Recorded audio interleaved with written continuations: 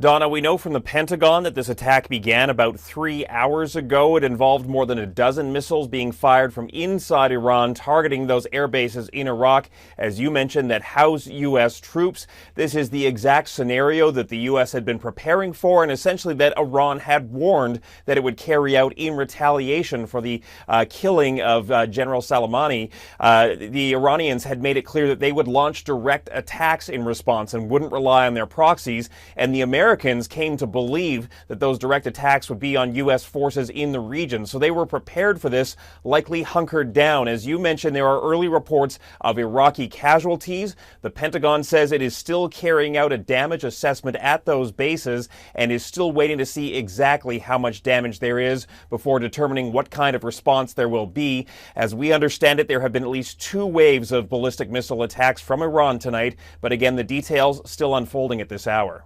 It's going to be a very tricky and delicate situation for the White House. At this hour, we understand that President Trump is monitoring the situation from the White House Situation Room. The ball is effectively now in his court. He has to decide if or how he responds to this attack. Obviously, that will depend on the magnitude of the damage and the attack itself.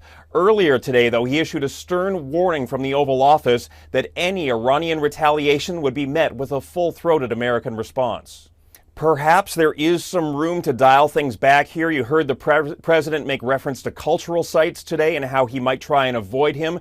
That is a change in tone from earlier this week when he said he would target Iranian cultural sites. That would violate international law. So, Donna, perhaps if he's willing to step back there, all-out war can be avoided. It's all going to unfold very rapidly, and we'll be watching closely over the next few hours.